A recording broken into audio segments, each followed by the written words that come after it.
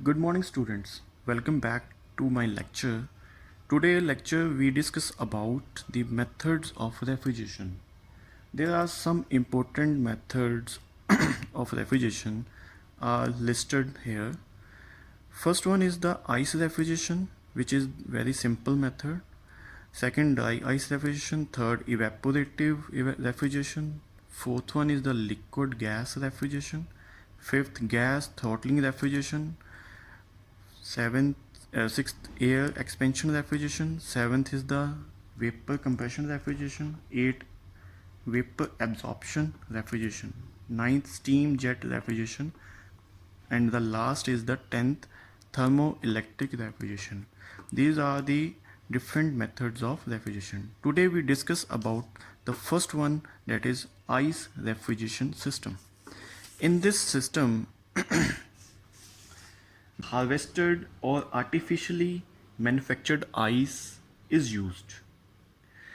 As we can say, it is a direct contact refrigeration system which is used for small loads.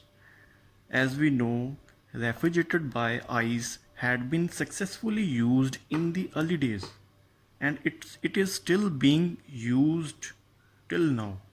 So in this method, the refrigerated space is in the direct contact with the ice.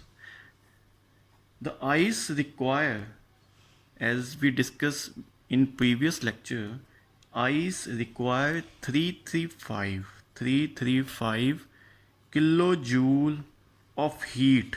Which heat? Latent heat. The ice required 335 kilojoule of latent heat when 1 kg of it melts at atmospheric pressure. So when 1 kg of ice is placed in an enclosed space where pressure is atmospheric, it will melt at 0 degree Celsius by absorbing the latent heat of surrounding space. As a result, the space around the ice is cooled and temperature falls. Ice is placed in the perforated tray with the proper baffling in the refrigerated space.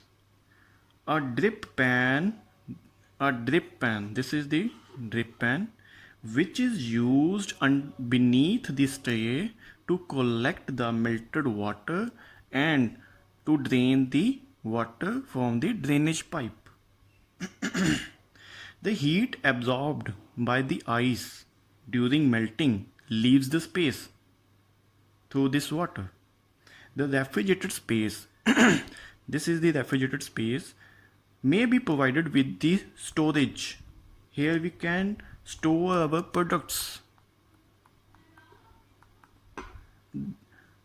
The ice refrigeration based on the principle that is a convective currents. Convective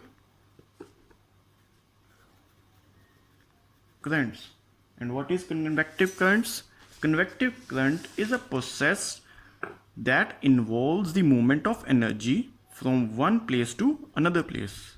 The heat of energy can be transferred by the process of convection method by different occurring in temperature. So when the air contacts with the air loses heat to the ice and become cools. When it become cools or dense, air falls down into the storage space and pick up the heat from the stored products. It become lighter again, it rises up.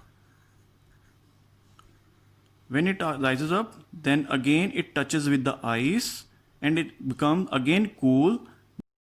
The circulation of air continuously automatically, and the ice has to feed from time to time to keep it going. The temperature obtained usually range between 5 degrees Celsius to 10 degrees Celsius. it is basically used for small load applications. So this is the ice refrigeration method. I hope you will understand easily. This is the ice refrigeration system. Now we can discuss about the advantages and disadvantages of the ice refrigeration system. First is that it prevents the dehydration of your eatable products like foods, fruits, poultry foods, and many others. So it prevents the dehydration of eatable products. It also, second point, it also preserves the appearance of eatable products or anything stored products. So second point, it preserves the appearance of your stored products. Third, by extending and providing control in an indirect system, it can be used to maintain multi compartments at different temperature. Fourth, in an indirect system, there is no risk of infection to the products due to contact with the impure ice. So there is no risk of infection to the foods. And now we discuss about the disadvantages of ice refrigeration system. First is the ice is to feed at repeated interval, which is quite inconvenient and uneconomical. Second, disposing of water formed due to melting of ice is a problem. Third, the control on the rate of refrigeration and maintaining desired temperature at the stored place in the refrigerated space is very difficult. Much lower temperature are quite possible because we have a range between 5 degrees Celsius to only 10 degrees Celsius. Below the 5 degrees Celsius, we cannot obtain the temperature. So in indirect method, systems require larger area. Its initial cost is also higher than the direct system. These are the disadvantages of ice refrigeration system. I hope today we discuss about this method. I hope you have learned about the ice refrigeration system in today's lecture.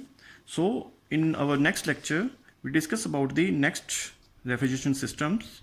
So stay safe, stay healthy. Thank you.